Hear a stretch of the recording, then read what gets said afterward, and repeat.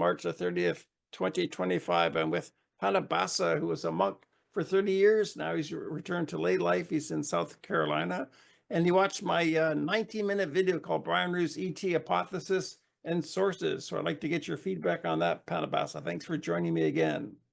Yeah, hail Brian and hail Cat, hail Monolith, hail the Yeah. Overmind. No, I guess the Overmind was in Childhood's End and not in 2001. Yeah, So, you can see my virtual background here. Happy Cat's in a higher dimension. Oh, he's losing his what do you mean patience. virtual? Yeah, so my ET hypothesis and sources, I guess I'm within one school of thought within ufology. So it's very disparate. People have very, very different views on it, so that's school of thought I'm with. Yeah, my point of view is rather different, I think, because I do think that for the most part, the whole ET phenomenon is like a paranormal phenomenon.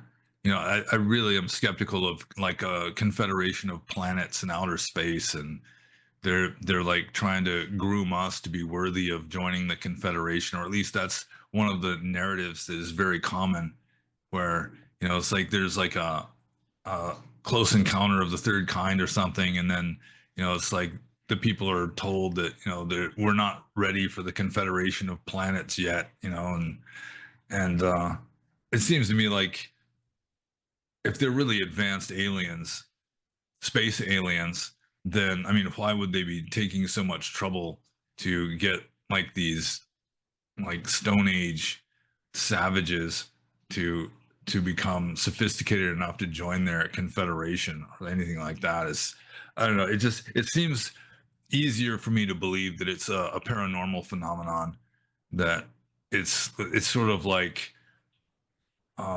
stuff is like just slipping through the cracks in the between the rules, kind of stabilizing this version of reality, and it's not perfect, it's not perfectly stabilized, so that there's weird phenomena that can slip through, like Bigfoot or aliens, or just whatever it is. There's just all kinds of weird paranormal stuff that's like cropping up all the time, and I do think that that most most like ET phenomena would fit into that category of just sort of like a Jungian archetype that's held in the collective subconscious or collective unconscious of modern Western man, modern humans, that then like gets materialized and sort of becomes manifest. Well, I think of Buddhist cosmology with the devas and the centrosphere and levels of heaven. I think that could explain in a paranormal way a lot of UFO phenomena. They kind of the devas, at least from a Buddhist view, they can just pop up. They can come down and pop up, and humans can see them. And devas fly around in craft as well. The Buddha describes. I think that could be part of it. Certainly, I think a lot of it is paranormal. But I guess I'm going by the evidence of physical UFOs. A lot of people have seen them since 1947, and people have actual encounters with gray aliens. People have been, taken. There's a lot of evidence since the 1980s. We've got like David Jacobs' books and Bud Hopkins' books and stuff like that, describing that abduction phenomenon. So there seems to be a physical component to it as well. And people under hypnosis and different parts of the world would describe very similar experiences being taken on a craft with these gray aliens. Yeah, some themes are very similar, but then others, there's like so many different kinds of aliens that people have seen. I mean, you can just see pages and pages of different versions of different kind of aliens that people have seen. And, sometimes they'll see Bigfoot in a UFO, or, they'll get taken aboard a spacecraft and there's like a Bigfoot there and this kind of thing. That, I mean, the regularity, the similarities could just be sort of like a Jungian archetype in the human mind, that our imagination works similarly. And by calling it imagination, I mean, it's like I'm not a materialist at all. I don't think that physical matter is ultimately real. So I mean, this is like a mind-made world that we're living in. So I mean, we're creating the the phenomena that's surrounding us, not just the aliens, but like coffee cups and everything else. That it's, in a way, it's like a mental projection.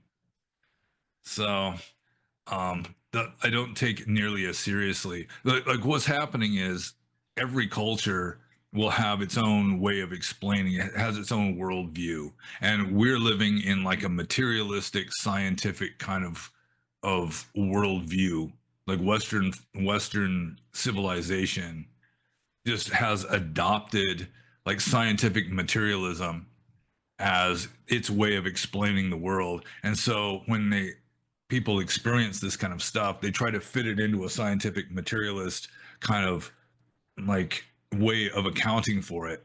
So it becomes more science fiction. It becomes less like gods and goddesses and little people like elves and fairies and leprechauns and stuff like people used to believe. Now it's space aliens, but it could be essentially the same kind of phenomenon. We've done a video like this, like when I was still a monk, talking about how I think it's possible that what are now called grays used to be called elves, like Could early be. Middle Yeah. Ages, Yeah. that Could they've have been always that. been around, and it's just sort of something to do with the human psyche, how our human psyche works. We've got sort of these things that are kind of similar in our collective unconscious that just can manifest because it's sort of a universal human phenomenon that we have the potential to imagine this kind of stuff, and then because we're imagining it at like a deep kind of karmic level, it just seems to materialize,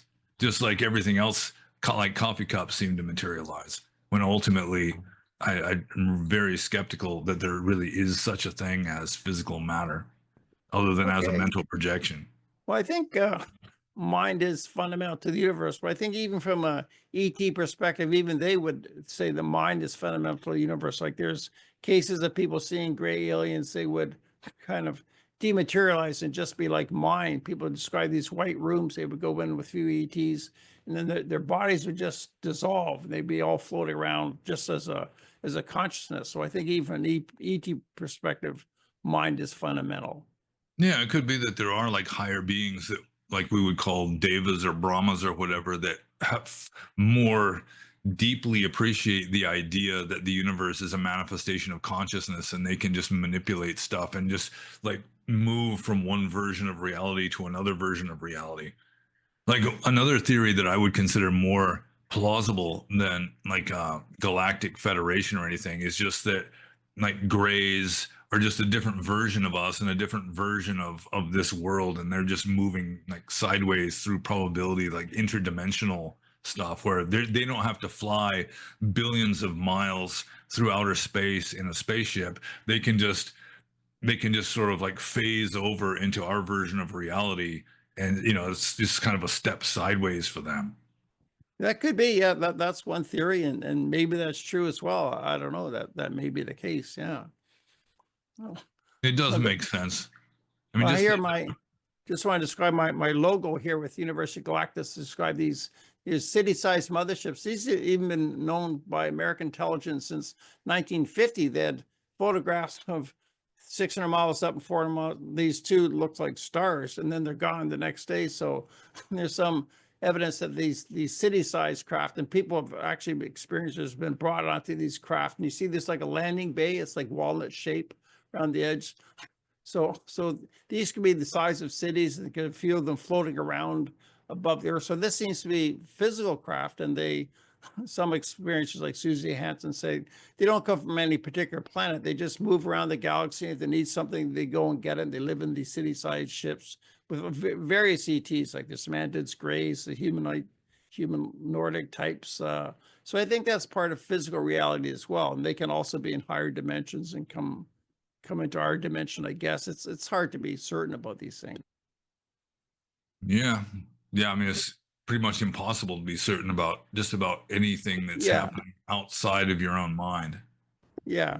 So I guess I'm trying to, that's why I call it, Brian, was ET hypothesis. And I have my sources as well. I'm trying to figure out this hypothesis. But I think it's important because I think what's going on over the last century and a half is a hybridization of Homo sapiens sapiens. I think they're changing. I read recently that the human brain has grown since the late 1800s. It's like a tennis ball size, bigger brain. So I think they're actually changing us physically, hybridizing Homo sapiens sapiens, and over the centuries are going to change us to a new human. So I think this would change the whole Buddhist path. Maybe they're quite Buddhist and they're going to make us a more spiritually evolved beings so we can practice Buddhism more successfully in the future. That's my hope for the future.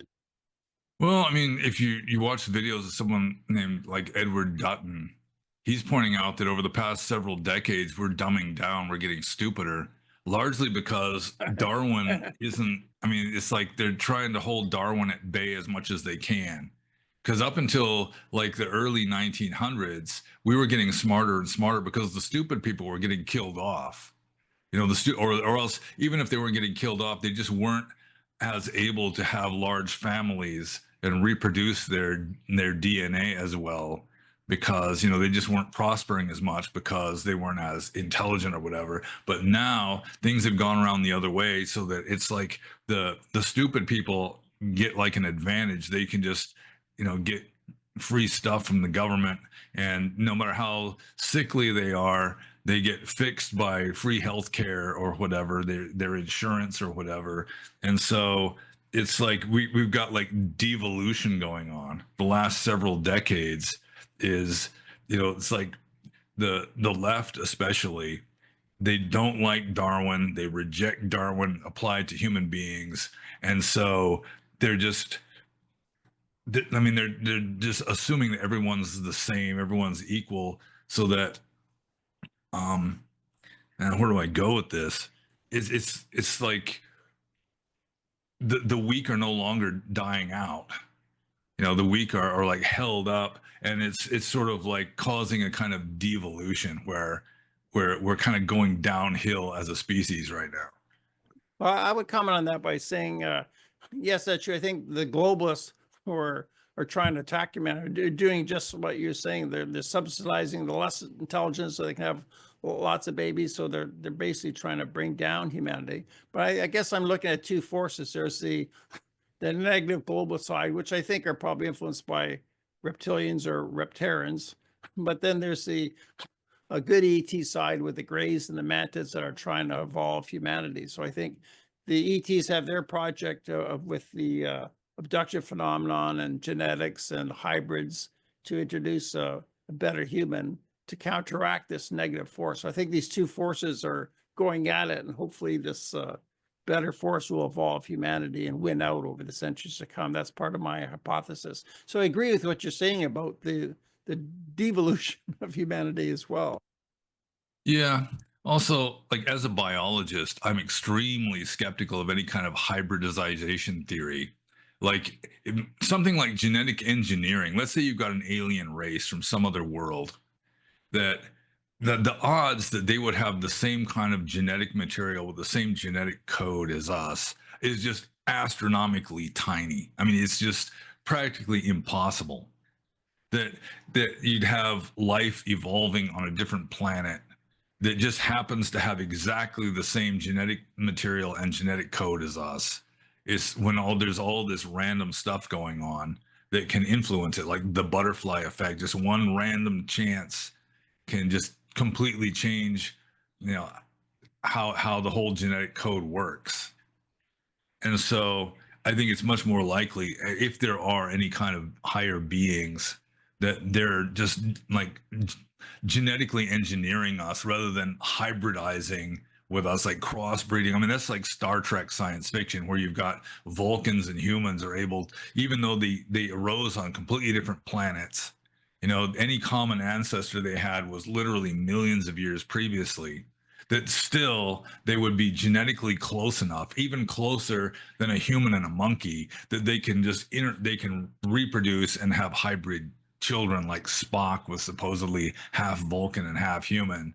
And that's just Star Trek science fiction. Wherever you go in the universe, all the aliens look like people and speak English with an American accent. Well, I think that's because the budget in the 1960s, they couldn't afford much. They had about $100,000 per episode. Yeah. I don't agree with Star Trek cosmology. Yeah, it's like Doctor Who, where they got like the alien, which is just like a strip of cellophane hanging from the ceiling that somebody's shaking off camera, that kind of thing. But I think with the genetics, I don't think life just evolved on Earth. I think it was probably brought here by mantids and ETs and greys. I think all throughout the galaxy, the mantids have brought life around to different planets. That's why I would explain that. Like DNA is really their thing. I think with the greys, DNA genetics is their thing. They have the ability to kind of mix and match and create different beings. So they might have made like a Cro-Magnon man, Neanderthal man, and now they're coming for another upgrade with Homo sapiens sapiens. So I think from that perspective, that would explain why there's some type of similar. I guess greys have a different DNA. Like I think they can't live on this planet. So um, for them to come here, they have to create a hybrid with a human type body, but with their consciousness. So I think that's what they're actually doing. Yeah, well, I just wouldn't consider them to be hybrids. They'd be like genetically engineered, changed somehow genetically. Well, yeah. But a hybrid is like you're crossbreeding a human with some alien species, and I just cannot believe that the genetic code would be so similar.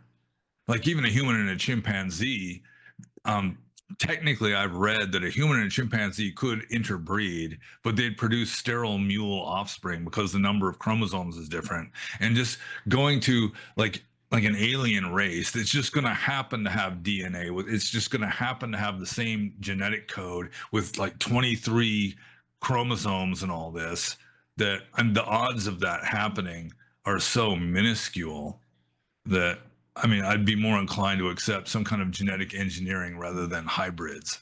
Well, I think that's fine. I think, yeah, they could just genetically engineer us. I think that's fine. Like Linda Moulton Howe was told from her intelligence sources that the ETs took already evolving primates and then they created, Homo sapiens sapiens out of that. So they kind of genetically engineered us. But I think they may have had the original blueprints of bringing life to Earth anyways from their own blueprints. So however they do it, I think they have the ability to mix and match DNA and create life and genetically engineer them. Yeah, well, I mean, again, as a biologist, I mean, the fossil record is pretty good. It starts with anaerobic bacteria billions of years ago, and then I mean, you had no free oxygen in the atmosphere up until maybe like a billion or so years ago. And then it was only after free oxygen appeared in the atmosphere through photosynthesis and chemosynthesis that you could start having like multicellular life. You can start having protozoans and then multicellular life. And the fossil record does represent that there is, going back, you had the more primitive stuff. And then as the eons go by, you get more and more like evolutionarily derived life forms. And so you can't have humans before you got primates. You can't have primates before you got mammals. You can't have mammals before you got reptiles. You can't have reptiles before you have amphibians. You can't have amphibians before you have fish. And the fossil record does represent that. First, you had just anaerobic bacteria, then aerobic bacteria, and then like protozoans. I mean, they still have fossils of like colonial bacteria, that kind of thing. And then you got like worms, primitive kind of like invertebrates, and then one kind of invertebrates becomes like they're like arrow worms. It's a kind of worm that's got like a spinal cord kind of a thing, and then those gradually develop into fish. Some primitive fish were lungfish. They had lungs. They start developing into something that can crawl on land to get away from predators or find different kinds of food to eat. They become amphibians, then that becomes reptiles, then like primitive mammals, and then primitive primates, then more advanced primates, apes, humans. The fossil record does represent that fairly well. Well, I do support the fossil record. I believe all that, but how would you explain like 539 million years ago, the Cambrian explosion occurred with these larger animals and plants? They seem to come in a short period of time within like 10 million years. How That was because multicellular life had just become possible. It was just the beginning of multicellular animals, and so they were just exploding, filling all these possible niches. It was sort of like experimental, just random mutation, just going in all these directions, and then gradually that kind of collapsed, and then you had like the more successful forms were the ones that survived.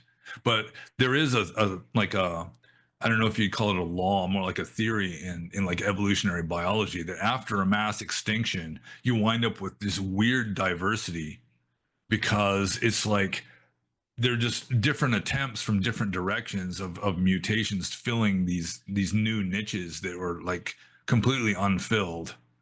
And so when multicellular animals first evolved, that happened. And so you had all these different like evolutionary attempts to fill these new niches that nobody had filled before. It's just a wide open field to exploit, using like capitalistic terms. And then most of them died out. But why would there be mutations? Like you say, to exploit, that implies that there's a consciousness or a will there to do something.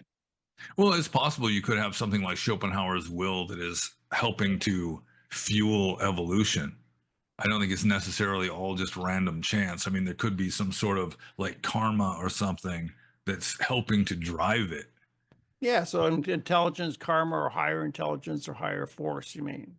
Well, it's possible, but I guess, still, it's like when like a whole new bunch of ecological niches opens up. Like as soon as you have multicellular animals, like the Cambrian explosion, then I mean it's just the way it works. Where I mean these mutations, I mean it happens pretty easily. Mutations happen pretty easily. Most mutations are deleterious and they just cause the organism to get like cancer and die or something. Maybe 1 in 10,000 is actually going to be beneficial.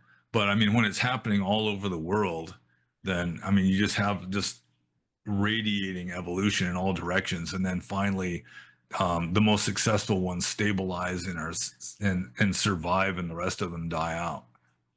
okay, I guess my ET hypothesis there would be the mantas, the highest intelligence ones, were that they brought life across the galaxy, different planets, and they decided 539 million years ago with the Cambrian explosion, okay, now we're going to bring larger animals. So that would explain in a short period of time all these larger animals and plants would come. So to me, that's my ET hypothesis, that they Yeah, would they have had brought it. some really bizarre looking like worm like things that had this mouth that was like the iris on an old camera, that kind of stuff. And then I mean it kind of worked so long as they weren't in competition with more, like better adjusted, better adapted organisms.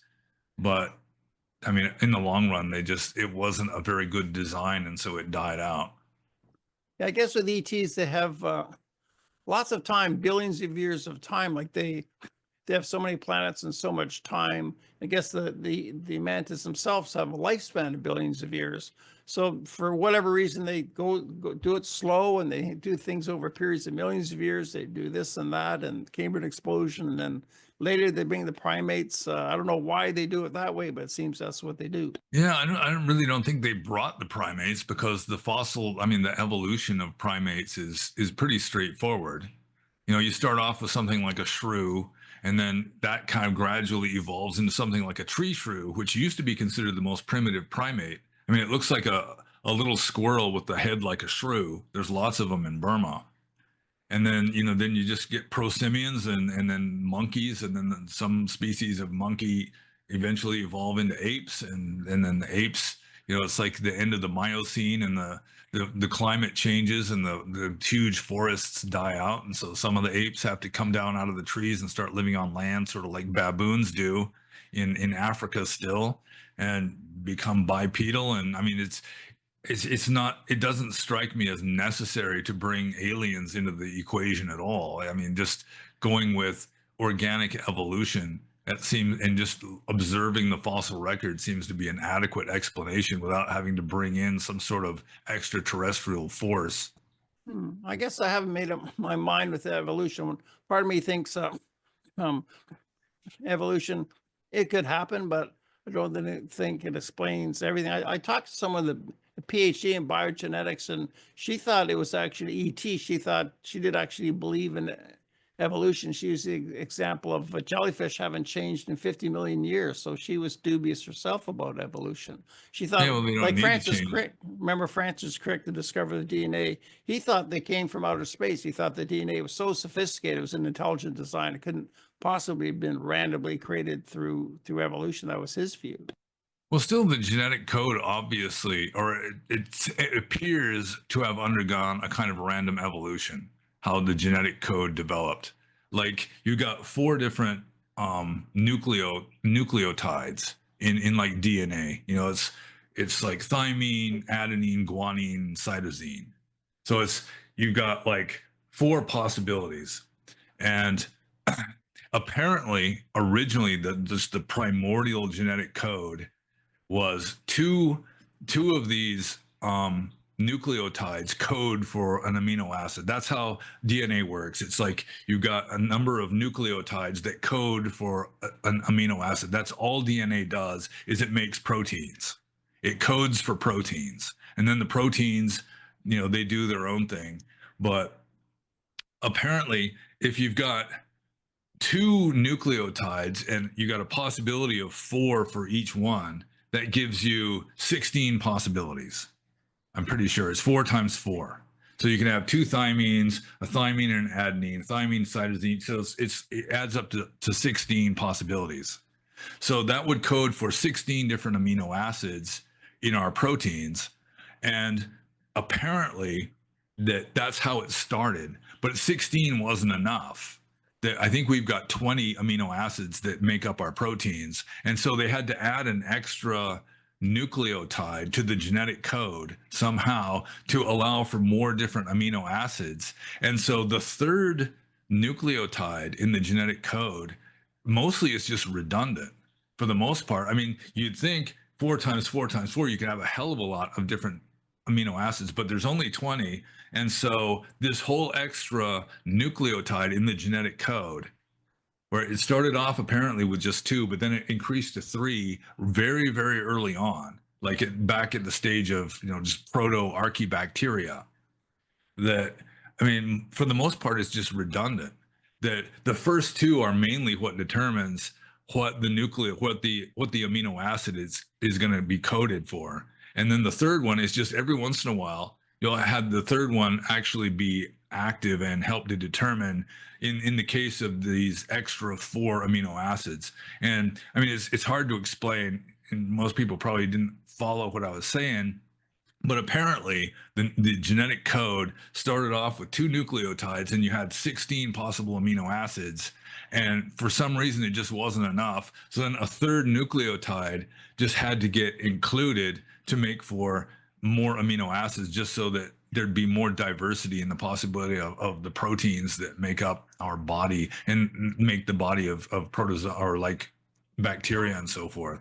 So, I mean, that's fairly good evidence of like random mutation triggering evolution. And it's like if aliens were creating life, then presumably they wouldn't have to experiment with 16 amino acids and then have to add a whole new nucleotide to the genetic code just so that it can be more than 16 amino acids, because they realized that 16 wasn't enough.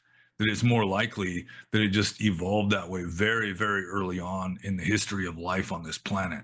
Well, that's a good point, you know. But I wonder, how do you explain like the missing link? They never explained really how man evolved from apes. They never found a missing link. There was even a fraud, a forgery about a century ago where they're trying to create a missing link. Yeah, Piltdown Mad. That was just that was just a hoax. You know, it's just somebody, probably somebody who didn't believe in evolution, just trying to fool the evolutionists at that time. But I mean, I thought they were doing that to prove evolution. It's just showing a missing link. I thought no, I think probably it was just somebody just doing a hoax just to fool people. See, I thought that went right up to the Rockefellers and the Rothschilds to try to prove it, because they're trying to back. It was just like, it was like a human skull, or no, it was like a gorilla skull with a human jaw, or the other way around. I can't remember now. And it was kind of a crude hoax that, I mean, once the anthropologist examined it, they could see clearly enough that it was just fake. Yeah, it was fake. Well, I thought this was the Rothschilds trying to support Darwinian evolution. I thought they were trying to promote that. I don't know. It's like Marxists in general just, I mean, the Rothschilds aren't Marxists, I suppose. Maybe they are. No, I think they created Marxism. Like Karl Marx was related to the Rothschilds by marriage back in 1848. Like this was a Rothschild creation. Marxism. Yeah, well, the Marxists are definitely anti-evolution with regard to humans. There was like the anthropologist Franz Boas, who was also like a Jewish Marxist, who, I mean, he was completely vehemently opposed to applying Darwin to any kind of humanity, because even back then they wanted it all to be just cultural differences and everyone's the same, all people are the same, this kind of stuff. Yeah, I can see that. But what about the missing link? They've never really like can Well, I'm we not say even that sure. man evolved from apes? Can we say that? Well, I mean, they've got Australopithecus, which is like an ape that walked on its hind legs. I mean, a lot of people say there's no missing link. I mean, they couldn't really define what a missing link is. Like, I'd have arguments with Jehovah's Witnesses, who, of course, the Jehovah's Witnesses believe in creationism, young Earth creationism. So they reject Darwin, they reject evolution, and I was asking one of these Jehovah's, well, what would you accept as a missing link? I mean, what kind of evidence would you require? And he didn't know.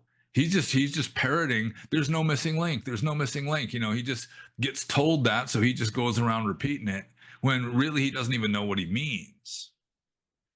But I mean, there's lots. I mean, the fact that it's missing link. I mean, there's lots of links. I mean, there's like a succession, like a spectrum, a continuity going on from bacteria to humans.